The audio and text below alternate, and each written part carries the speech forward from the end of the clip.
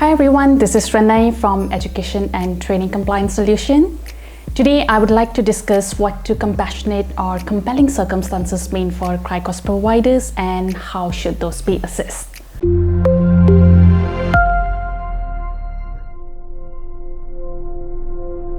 As international students are on student visas which are only for a certain length of time, so all their study plan is already pre-approved. But sometimes it doesn't go according to the plan and students may request their providers to make changes to their course, their enrollments. National Code doesn't allow the providers to make these changes unless there are compassionate or compelling circumstances for students' requests.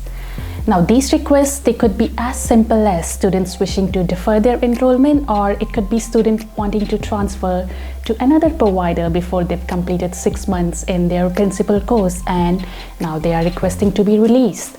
So in these and similar scenarios, the National Code requires the education providers to assess students' requests, taking into account any compassionate or the compelling circumstances that students may be in. What is meant by compassionate or compelling? These terms, they are not defined in the current legislation, so education providers, they are expected to consider their meaning in a normal context. Many education providers, they describe these circumstances in their policies as those which are beyond the student's control and have an impact on their studies and their general well-being. It's a good practice to have this description in your policies if it allows your students and also your staff to understand the requirements, but it may also restrict your consideration of students' assessment to just those that fall within the parameters of this description, including the examples that you've listed that may or may not be considered as compassionate or compelling. Recent information shared by Commonwealth Ombudsman for Overseas Students indicates that often, at times, providers rely on what's documented within their policies and guidelines, and they fail to assess each student's case on its individual merits. Ombudsman also observed that while assessing student circumstances, though providers follow their policies, but because of the restrictive nature of those policies, at times providers are only able to consider the reasons for denying students' requests rather than considering the reasons to approve it, and hence sometimes they end up making unfair assessment of students' circumstances. Second, when you are determining whether the circumstances are compassionate or compelling, the important factor to consider is the evidence that's provided by the student to support their claims.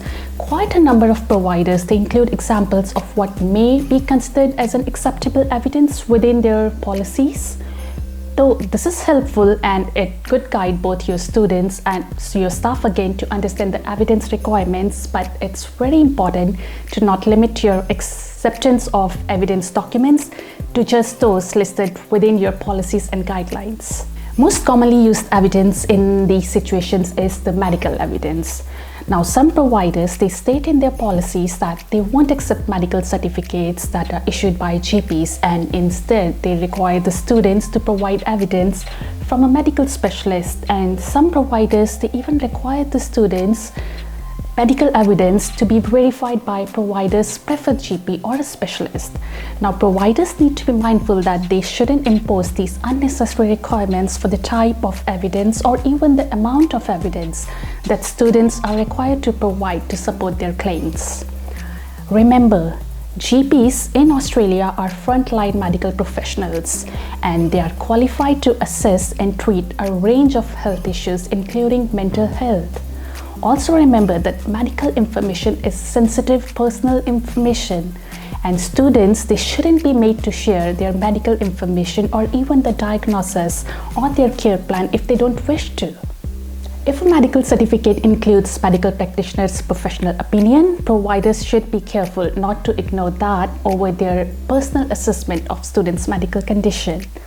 If you feel that the certificate doesn't have sufficient information about how students' medical condition could impact their studies, or you believe that the certificate is simply repeating students' claim without stating the professional opinion of the practitioner, you could ask for more information and maybe ask the student to obtain their medical practitioner's professional opinion on that matter. And this right to privacy also extends to students' family members' medical condition if they are the part of reason for students' requests.